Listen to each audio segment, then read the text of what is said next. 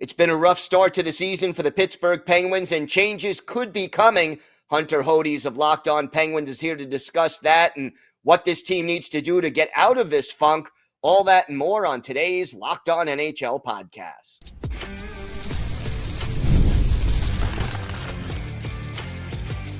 You're Locked On NHL, your daily podcast on the National Hockey League.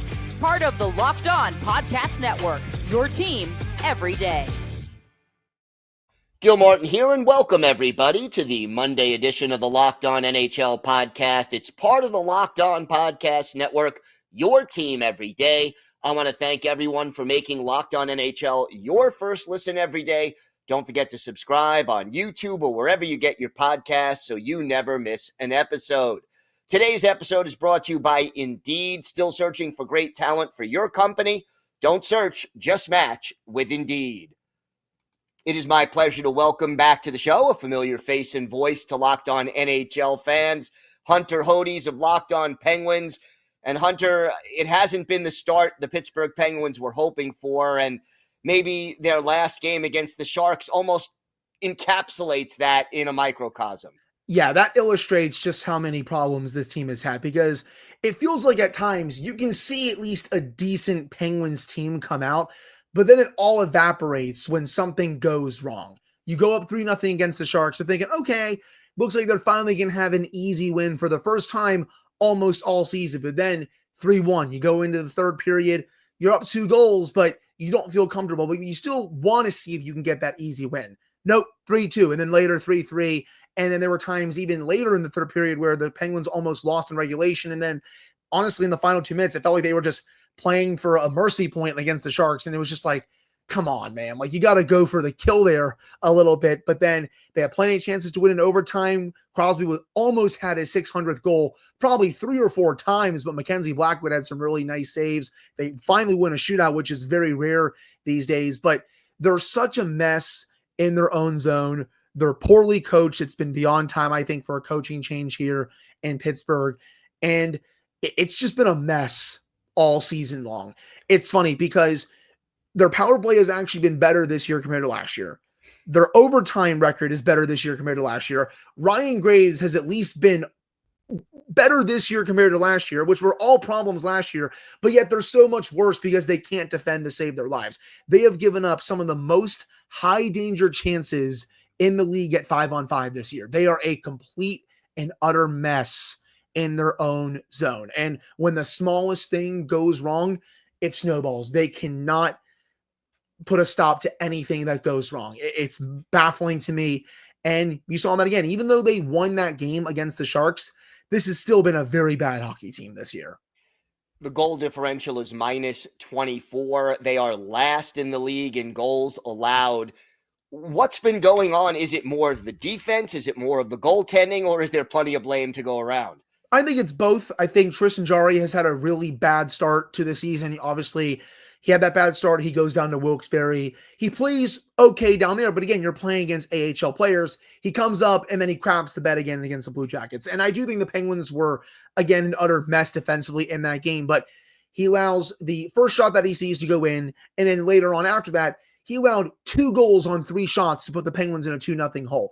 For someone who had not made any big saves this year for his team, he wasn't able to do that again in this game. And that's not good enough. I really feel like this is his last real chance to even show the management and the coaching staff that he should be on this team, because the way it's going, I don't think he's going to be on this team by the end of the season, whether they waive him or they somehow find a sucker to take on some of that contract. The Penguins might have to eat a little bit of it, but if they can somehow find a sucker to take it, that would be great. So that's problem number 1.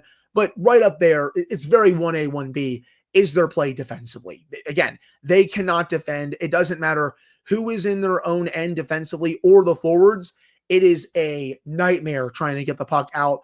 Carlson, we all know that he can't play defense, but he hasn't been able to play defense for a while. Even Chris Letang, when he's been healthy, it's been a shame to see his game rot away this year because he's been so consistent for this team for so long. He's going to go down as an all-time great for this organization, but his foot speed's not there anymore. His defensive game hasn't been there either. Marcus Pettersson, for as great as he is, he's even had a little bit of a down year. Ryan Graves is still kind of Matt Grzelcyk, I think the Penguins just missed the eval there. And then Jack St. Ivany, he's just been kind of meh after a good stretch to end last season too. So a lot of the defensemen this year are just not playing very well. And the forwards are also not coming back to help the defensemen in their own zone. And that's leading to so many high danger chances against, just so many scoring chances against in general. And that's the main reason why the record shows what they are. You mentioned the possibility of a coaching change. How likely do you think that will be? And if so, how soon? I think right now, I've been saying this. If it were up to me, I would let Mike Sullivan go. I know he's done so many great things for this organization. I think he will go down as the best head coach in this franchise's history. I mean, no disrespect to Badger Bob Johnson with everything he did, but I think with everything Sullivan has accomplished with this organization, I would put him just a smidge above Badger Bob. But he's reached his expiration date. It's been time. I would let him go right now, but I also know for a fact that Kyle Dubas and this Fenway Sports Group ownership group, they love him. They think the world of him. You've seen comparisons from what the ownership group has kind of compared him to the Bill Belichick of hockey. They are very big fans of him. And you've seen in Elliot Freeman's blog how much they respect him, how much they care about him. And with that, I just don't know if they're in a rush to do it. Obviously, the whole fan base is ready. People that listen to our show, I'm ready. Pat is ready. Even some people in the Penguins media also think that it's probably beyond time for him to go. But I think right now, from the front office to the ownership, I don't think they're in a rush to let him go. I think if this season continues to go down the way that's going right now, I think they'll probably let him go after the season, just because what head coach survives this? Back-to-back to seasons of missing the playoffs here. You haven't won a playoff series since 2018. Heck, it'll be 3 seasons in a row of missing the playoffs. You haven't won a playoff series since 2018. I don't know what head coach survives that. So I think they're probably going to let him go at the end of the season. I would do it now, but I don't know if the Fenway Sports Group wants to eat $5 million for the sake of it right now. Dubas has mentioned the possibility of making changes to the roster. How serious is he, or is he just trying to motivate the team? And if he is serious, who's most likely to head out? Oh, I think he's very serious. You already saw it with Lars Eller, though he did confirm to some of the Penguins reporters that this deal had been in the works since March. They were trying to deal him at the deadline, couldn't get a taker, but they were able to get the price they wanted, got a couple draft picks back. And shout out to Lars Eller. He played very well here in Pittsburgh. I wish him nothing but the best. I hope he doesn't score against the Penguins of Washington, of course, but I still wish him the very best. He was a really solid contributor in the bottom 6. It felt like when the Penguins signed him, his legs were kind of gone. I looked like a complete and utter buffoon with that, because his skating was really good with the Penguins, and he was great in any situation for them. So all the best to him. But as for other changes, I think Marcus Pettersson, the Penguins defenseman, I think he's probably going to go if the season keeps going the way it has been. I think they're going to try to maybe see if a team wants to pay a first for him and maybe plus. I mean, you've seen top defensemen go on the trade market for first and plus sometimes. You saw it a couple years ago with Ben Sherratt. I think the Penguins are going to try to spin up that PR machine a little bit, saying like, hey, this guy might be the top defenseman available on the trade market, so how will you pay up for him? But I think he's going to be available. I think forward Drew O'Connor is also available. He hasn't had the best year this year, but he was a double-digit scorer last year. If you put him on your third line, he will contribute on a contender. He doesn't make much money. I think that's an easy gamble for a contender to make, so I could definitely see those 2 trades happening.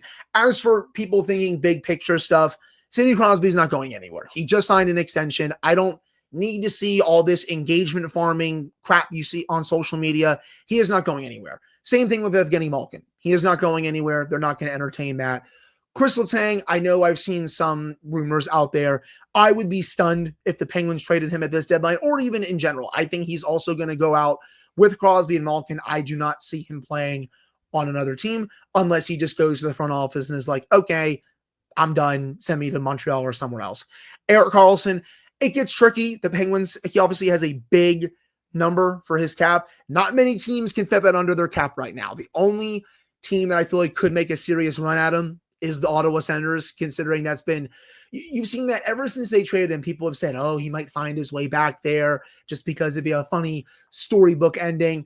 Could see it at some point. Don't think it's going to be this year. He still has a couple more years left on his contract. But, Michael Bunting, he could be available, but I think the Penguins might have to keep him. Noel Acciari, he could be available, but we'll have to see if the Penguins want to keep him as well.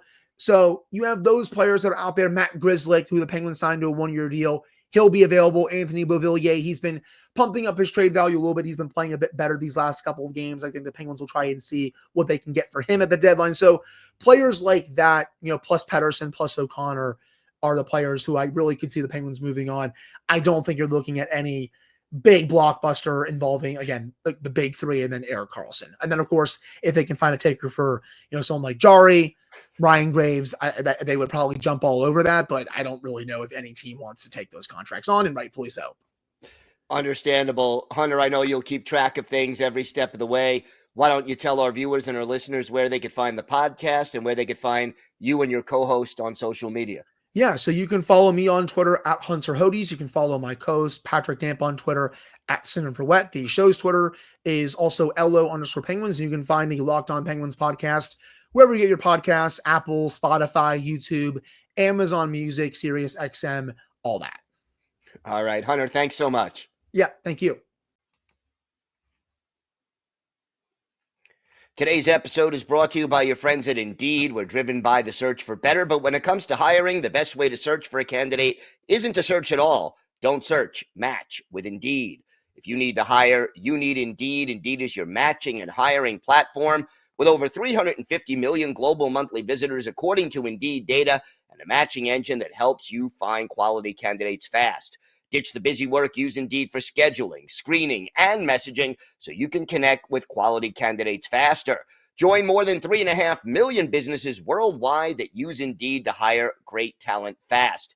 And listeners of this show will get a $75 sponsored job credit to get your jobs more visibility at Indeed.com/lockedon. Just go to Indeed.com/lockedon right now and support our show by saying you heard about Indeed on this podcast. Indeed.com/lockedon. Terms and conditions apply. Need to hire? You need Indeed.